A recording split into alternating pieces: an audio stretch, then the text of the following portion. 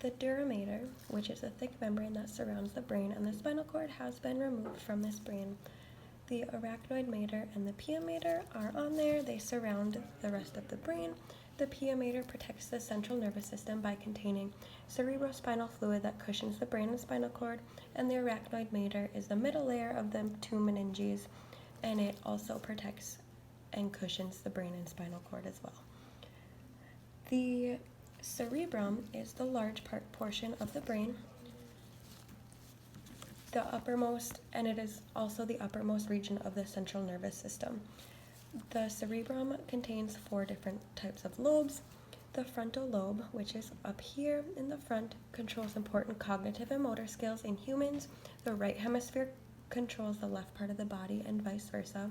The parietal lobe, which is a little bit further back, has 2 functional regions. One of those regions involves sensation and perception, and the other involves sensory input. The temporal lobes are located even further back.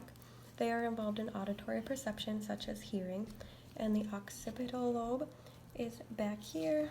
It is the furthest most back lobe, and it is involved in the visual processing center. The cerebellum, which is inferior to the occipital lobe, is back here. It has been cut in half from my dissection.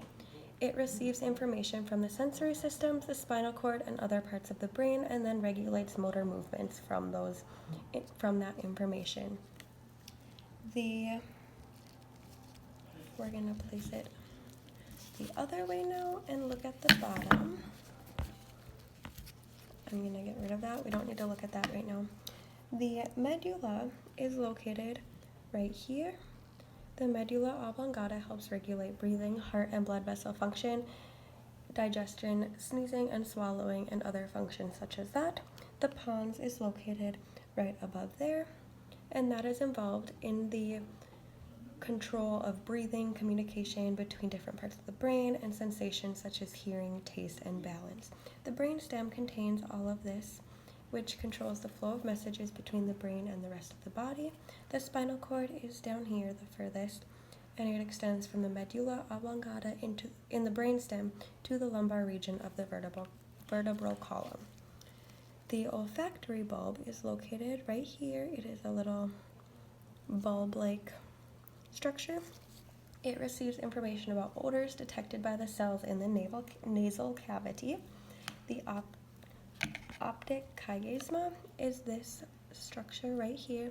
It is an X-shaped structure where the 2 optic nerves cross over one another. Next, we are able to cut the brain in half. We are able to view the ventricles. The lateral ventricle is located right here in both hemispheres. The lateral ventricle are the 2 largest cavities of the brain and contains cerebrospinal fluid, which helps cushion the brain and circulates nutrients and removes waste. The 3rd ventricle is located right here, and the 4th ventricle is located down here. Those also contain cerebrospinal fluid and have the same function as the lateral ventricles. The choroid plexus I was unable to find in this brain, and it produces the cerebrospinal fluid that goes into those ventricles. The thalamus is located here. It relays motor and sensory signals to the cerebral cortex. The hypothalamus is located right below it, and it plays a crucial role in the many important functions of the human body, including releasing hormones and regulating body temperature. The pineal body is a gland that secretes melatonin. It is located right there.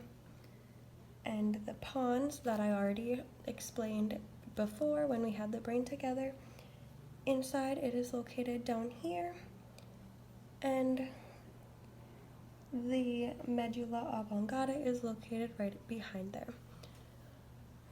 The arbor vitae is located here. It is cerebral white matter, named for its tree-like appearance. It brings sensory and motor information to and from the cerebellum. The midbrain is located here. It is the topmost part of the brainstem and is the central connection between the brain and the spinal cord. When cutting a cross-section of our brain, we are able to observe the outer gray matter of the brain and the inner white matter that is a tree-like portion.